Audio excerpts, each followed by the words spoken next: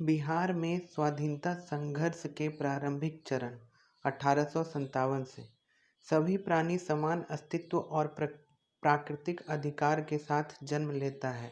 नैसर्गिक जीवन की स्वतंत्रता उसका प्राकृतिक अधिकार है, इसलिए वह अपना जीवन स्वतंत्र होकर प्राकृतिक अधिकार के साथ जीना चाहता है। स्वतंत्रता का अर्थ है बिना किसी नियंत्रण या बंधन के स्वेच्छानुकूल जीवन जीने का अधिकार। परंतु कमजोर समाज व देश अपनी नैसर्गिक स्वतंत्रता महत्वाकांक्षियों व बलशालियों से पराजित होकर खो बैठते हैं। मनुष्य समाज में कमजोर भी है और बलशाली भी।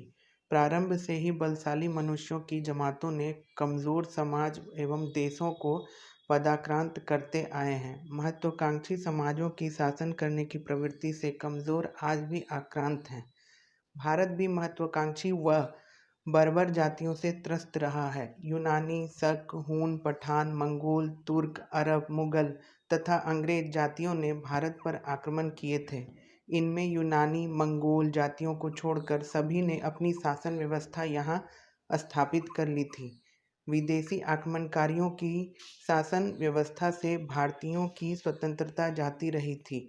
भारतवासी उनके अधीन हो गए थे। पराधीन न तो सुखी रह पाता है और न ही अपनी इच्छाओं के अनुकूल जीवन व्यतीत कर पाता है। इसलिए कहा गया है, पराधीन सपनेहु सुख नाही। इसलिए प्रत्येक प्राणी के लिए नैसर्गिक स्वतंत्रता का विशेष महत्व होता है। 18वीं सदी में मुगलों और अफगानियों की कमजोरी का फायदा उठाकर अंग्रेज जाति भारत के शासन बन बैठे और यहाँ मनमाना शासन करने लगे। तब जननी जन्मभूमिश्च स्वर्गादपि गरीयसी में विश्वास करने वाले स्वतंत्रता प्रेमी भारतीयों ने औपनिवेशिक अंग्रेजी राज के विरुद्ध आज़ादी के संघर्ष का बिगुल फूंक दिया। उस संघर्ष में न जाने कितनी माताओं ने देश की स्वतंत्रता के लिए अपनी गोद सूनी कर दी थी। 1857 का स्वतंत्रता संग्राम। बिहार में हुआ 1857 की क्रांति कोई आकस्मिक घटना नहीं थी, बल्कि कंपनी सरकार की नीतियों ने भारतीयों को आंदोलन करने के लिए बाध्य कर दिया था।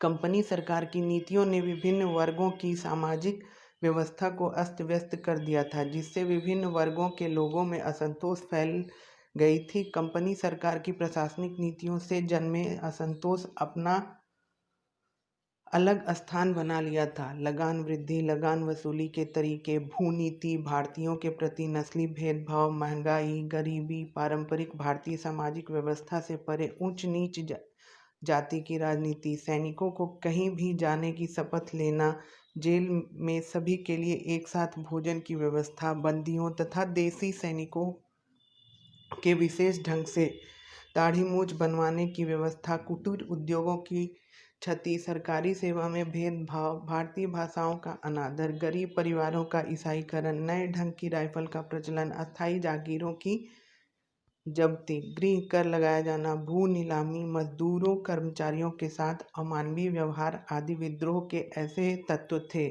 जो धीरे धीरे जमा होते गए थे, जो आक्रोश के साथ अभिव्यक्त हुआ था।